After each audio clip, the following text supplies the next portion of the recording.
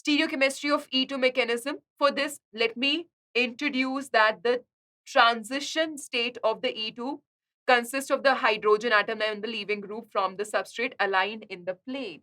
So that means that the substrate is aligned in a plane when we are talking about this kind of a partial double bond character building up in the very formation of a transition state, then certainly in order to be in a plane, there are two possibilities. Let's get the two possibilities right.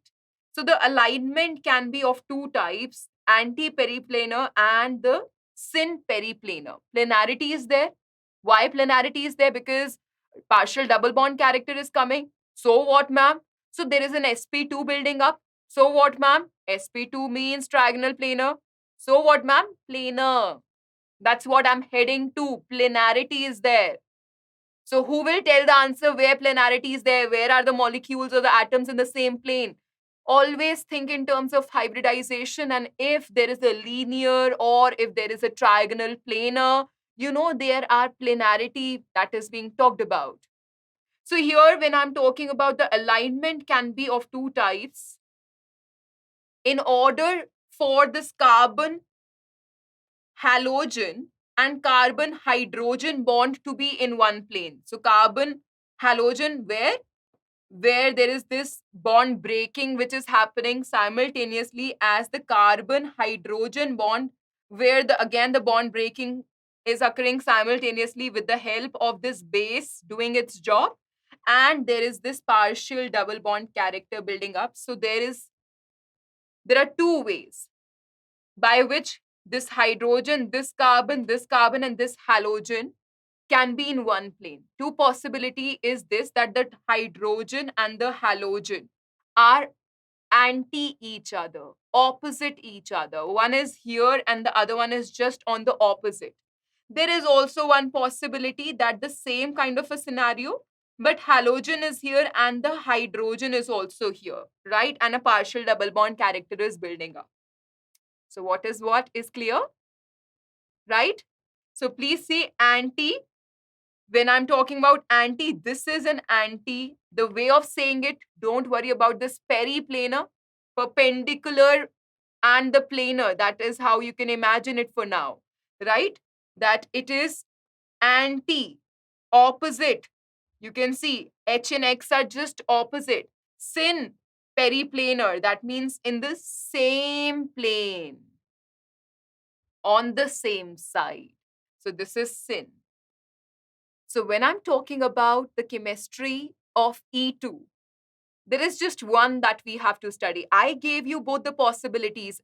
When we talk about the CX and CH being in one plane, there are only two possibilities. There's X and the H on the two adjacent carbons, opposite or on the same side, based on which we are making anti-periplanar and syn-periplanar.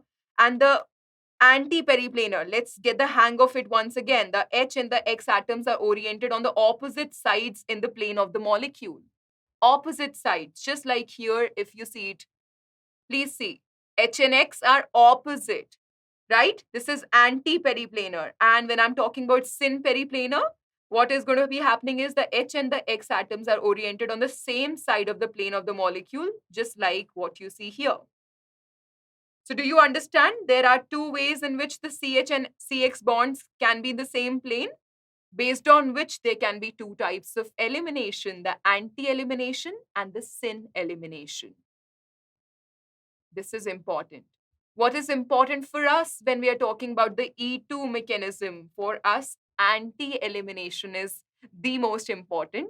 But let me show you both different types of eliminations which are possible, both the permutations, combinations which are possible, and then we will talk specific with respect to the E2 mechanism. So this kind of an elimination where the H and X are leaving from the same side. In simple terms, the moral of the story is simple, that if the H and X are leaving from the same side, it's what is syn elimination, right? So this is what is syn elimination. The other one is, like I told you, is the anti-elimination. So please see, when I'm talking about the anti-elimination, the H and X are leaving, which are anti to each other, opposite to each other. And since H and X are opposite to each other, right, they're anti to each other, E2 mechanism is also sometimes referred to as anti-elimination. Sometimes you will see books writing that the other name of E2 is anti-elimination because of the stereochemistry involved here. So there is some specificity. Do you understand the reason why I'm saying specific? I'm very specific when I'm eating. I take care that there is, let's say, no onion in the food. I'm very specific. There is specificity. Okay? Do you understand why we use a term specific? You're specific, you're particular about something. Right? So anti and syn are the terms coming just right here for very important reason that we have a very important stereochemical aspect and a stereo-specific concept coming here, that specifically when we are talking about E2 mechanism, there is one particular hydrogen that can only be eliminated, which is the anti-hydrogen. Anti-hydrogen means some kind of a hydrogen which is not liking the substrate.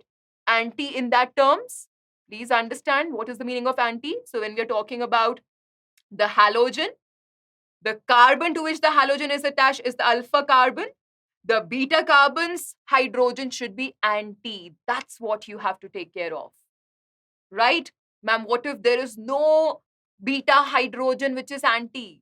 No E2 then.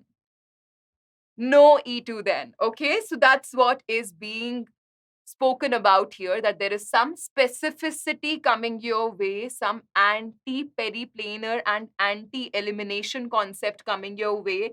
So H and X are opposite. Please see the X and H are opposite. So this is being removed and this is being removed, anti with respect to each other. So this is why we are calling it anti-elimination. So stereochemistry of E2 mechanism, that E2 reaction occurs predominantly in anti-periplanar geometry. So let's do one thing. Let's see it once again, what's going on when we are talking about E2 mechanism. In the nutshell, what is the final picture? Check it out. So we have taken a tertiary alkyl halide, which you know now that it favors the formation of alkene via E2 mechanism. So let's say we are taking a base, which is a strong base. So chlorine and hydrogen, which are anti to each other. Observe this. What is the hydrogen? Which is the hydrogen that the base is attacking? The hydrogen, which is anti with respect to the halogen now. And which is the one which is anti? Now you've understood how we are explaining it. We know that we're talking about planarity that is building up when we are making a transition state, right? So the two, atom or group or the molecules of consideration here is our leaving group and the hydrogen. So leaving group, which is, let's say, the chlorine in this case, the hydrogen, which is, you can see, is anti, perfectly anti now, which is being removed. Please see, this is the one which is getting removed. And what you're getting is alkene.